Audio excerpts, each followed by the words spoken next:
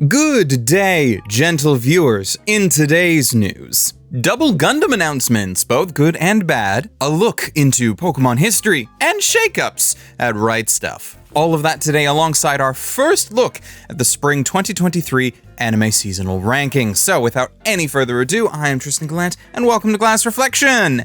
Let's jam.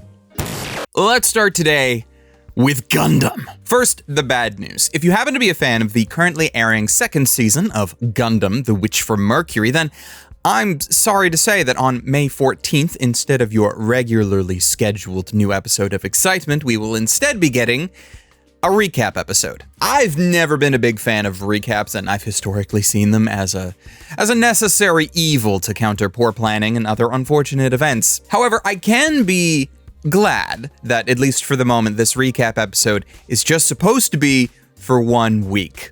Honestly, when I first heard that any semblance of a delay was happening in my mind, I just flashed back to like last season where we had a whole handful of full shows that just got straight up delayed for multiple weeks. Heck, Nier Automata from last season is still technically ongoing because it got delayed so much. So 1 week we can handle. Plus, we've already had precedent for this, as there was a special recap episode back last year during this show's first season. So with luck, that's all this is. Sure, the lack of new content for a week is depressing, but that's just, first world problems. On to other Gundam news. It's been announced that a new Gundam spin-off manga is in the works, titled Gundam The story takes place back in Gundam's home universe of Universal Century, specifically UC 0087, approximately during the same time frame as the Zeta Gundam anime storyline. Not much is known about the project. It's going to cover a three-way conflict of the era, and of course introduce a brand new mobile suit Gundam with the name Werewolf. It is always interesting to see how Gundam develops over time, and how it releases new projects, because Gundam has never been one to continually latch onto new trends in the same way as other media franchises, right? So while they are seeing massive success right now with Witch of Mercury at the moment, and I believe that their Gunpla sales for the Mercury line haven't been higher than this in a long time, it's still good to see them planning on continuing Gundam of all types as time passes. Even if this is just a manga, not an anime, it's still Gundam. While the Universal Century Gundams are getting a little bit harder to swallow, I feel like for new fans of Gundam, I still think it's good to at least keep it around as like a setting, which I feel like Werewolf is planning on doing. Sure, it does take place at the same time, roughly, as Zeta Gundam, but this is Gundam, not Marvel. I doubt we're going to see Camille or Char pop up. Mentioned, perhaps, but actually appear? Well, at least I hope they don't. We don't always need that kind of massive interconnected universe. Personal opinion, of course. Now, before we continue, I wanted to give shoutouts to supporters of this channel over on Patreon. Because yes, this video is not sponsored, and the more support that we get over there, the less sponsors that Glass Reflection will need at any given time. So an immense thank you especially to patrons like Wago221, Deluxe Flame, City Amako, Ryfen Bonaparte, Ross Emerson, Omar Showman, Ahagao Comics, and Hector Montemayor. We can't continue this without your support, so however much you are able to help, I'm eternally grateful.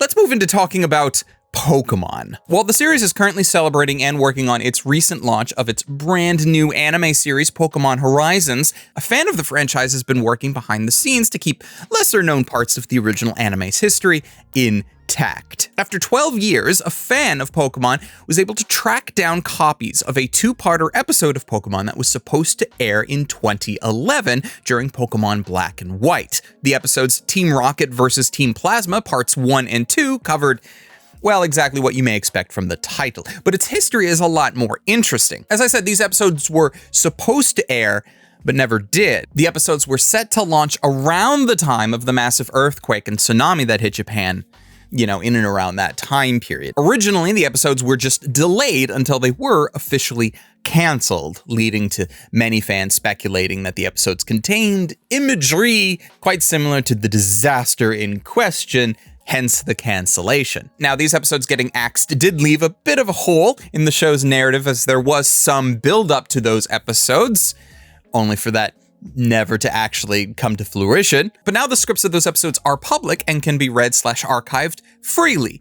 They are all in Japanese, of course, so we in the West will need to wait until someone comes along with a decent translation, because I'm not one to rely on machine translation for something like this personally. But like, all we knew about these episodes beforehand were just whispers and rumors. Like, I remember back in the day, if I'm remembering this correctly, one of the English producers of the Pokemon adaptation claimed to have watched the episodes in question, you know, before the Pokemon Company International just determined that they weren't going to be adapting it. So it's possible it exists somewhere, but really, who knows what exists anymore. It all depends on how things got canned and in what state they were in when it happened. The episodes might have gotten the axe before everything was fully finalized and, you know, everything got tossed. We have no idea. But this, at least, is a nice little bit of Pokemon history that gets to stick around. So some quick industry news for you today. The vice president of anime retailer Right Stuf has announced their departure from the company after being in that position since 2014. This marks the second major departure from the anime company following the former president and CEO's departure last December. According to Anime News Network, who posted the story originally on the 1st of the month, Crunchyroll, the current owners of Right Stuf, have declined to comment on any of this, but it does leave some unfortunate questions behind for those of us who loved using the retailer in the past. Crunchyroll purchased the company last year, ostensibly to bolster their e-commerce service, which left people like me skeptical, but hopeful, because like, it's been no secret that Crunchyroll hasn't much cared about their home video release market for the last number of years. And while that is not all Right Stuf handled, they had a bunch of offerings from all different kinds of merch and media. I personally was very, very hopeful that this could have led to Crunchyroll pivoting to make more home media offerings for, you know, the shows that they stream. But all that relied on the Right Stuf team sticking around and continuing to do the great work that they have been doing since before I was born. But now, with a bunch of the main crew out of the picture, it's going to get harder and harder to see what Crunchyroll actually plans to do with the company. I can say that I'm not optimistic anymore. I'd like to be, but given the circumstances, that's very hard right now. And finally, at the very end of the video, we are going to be checking in on the spring 2023 anime rankings, thanks to our friends over at Anime Trending. Now, we are 3 weeks behind here at Glass Reflection for looking at this chart, and honestly, I feel like that's a good thing. While I am sort of trying to cover up for the fact that we here haven't actually made episodes constantly for the last 3 weeks, and I probably would have reacted to each individual week had that been an option, waiting until, 3 weeks of charts have been made available and for things to settle a bit and for people to have actually watched a reasonable amount of things, hopefully will make the chart a little bit more accurate in this third week rather than week number 1. That's not to say that it did happen or that it would have happened, but I sometimes like to be optimistic, especially considering, there were a lot of things with this particular chart and these particular rankings from last season that I wasn't the biggest fan of. But this season is stacked, and while I do not expect everybody to have watched literally everything that aired like I have, I'm still quite hopeful that the charts will be decent, mostly because there's a lot of good stuff this season, and it's very hard for me to feel like the top 10 will actually be legitimately bad. So in this third week, topping the chart is Mobile Suit Gundam: The Witch from Mercury Season 2. Not a freaking surprise. You want to know why? Because it's amazing. I wasn't all that hopeful, honestly. I've had many great Gundam series in the past start off strong with an amazing first season, and then they're popular enough to get a sequel, and it's just not good. This is a regular thing with Gundam, so I was not actually all that hopeful. Now, granted, we're only like a small handful of episodes in, and as I said at the very start of this video, we're getting a recap episode so soon, but overall, this season has the potential to be freaking amazing, but it all depends on whether or not they stick the landing.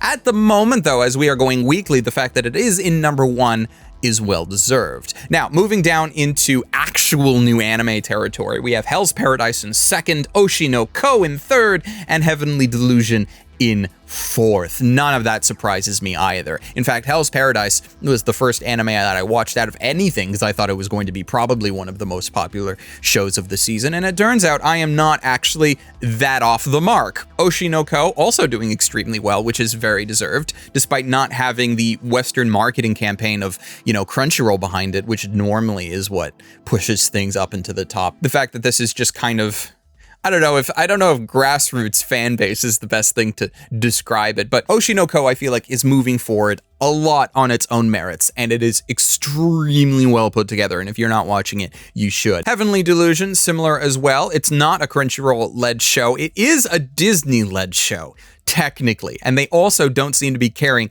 all that much about advertising it, so its popularity, and also its quality has nothing to do with them at all, but its popularity in the West could be attributed to them had they actually been doing anything. Moving down the list is Skippin' Loafer, followed by Demon Slayer and My Love Story with Yamada-kun at 999. Between these three, I'm loving Skippin' Loafer. It is just like this perfect little high school slice of life series from PA Works that I'm absolutely enjoying. Demon Slayer is Demon Slayer. I don't really think I need to comment on that all too much.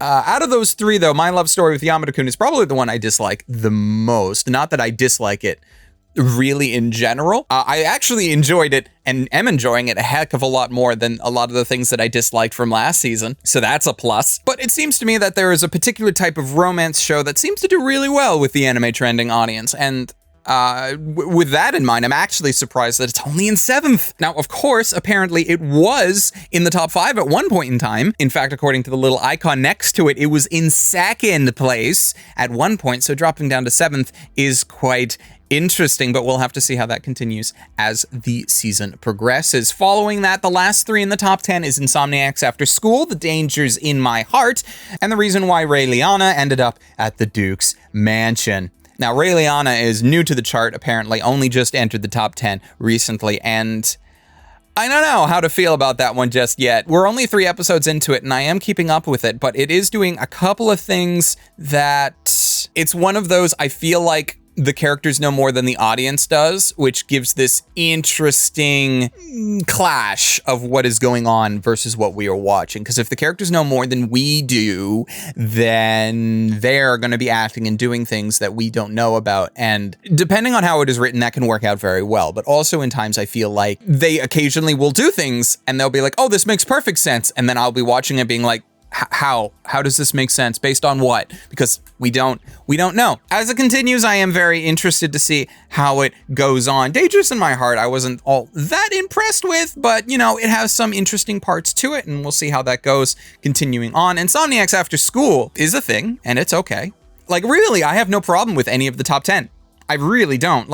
I can nitpick on things like Yamada-kun and Dangers in My Heart and even Insomniacs. I can nitpick on all of them if I really, really, truly wanted to, but I kind of don't. I mean, a part of me is a little disappointed that some of my more favorite shows of the season aren't in the top 10 at all. The fact that Magus Bride and Vinland Saga's got kicked off the top 10 now, and things like Otaku Elf or Tonikawa isn't on the list. I have my own personal favorites, and I can be disappointed that they're not in the top 10 on Anime Trending, but normally I would be really annoyed only if there was something on the list that I absolutely hated and questioned why it was there. And I don't really feel that this time around.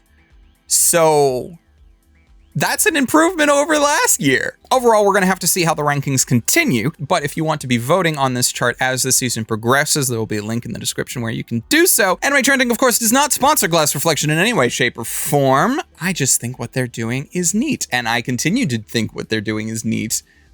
Only if some of my favorites end up in the top 10 like they have been. It's very interesting how that works out, isn't it? And that's it for our show today. So subscribe if you haven't, hit the like button if you enjoyed the video. And until next time, whenever that may be, ladies, gentlemen, and others, watch more anime and stay frosty.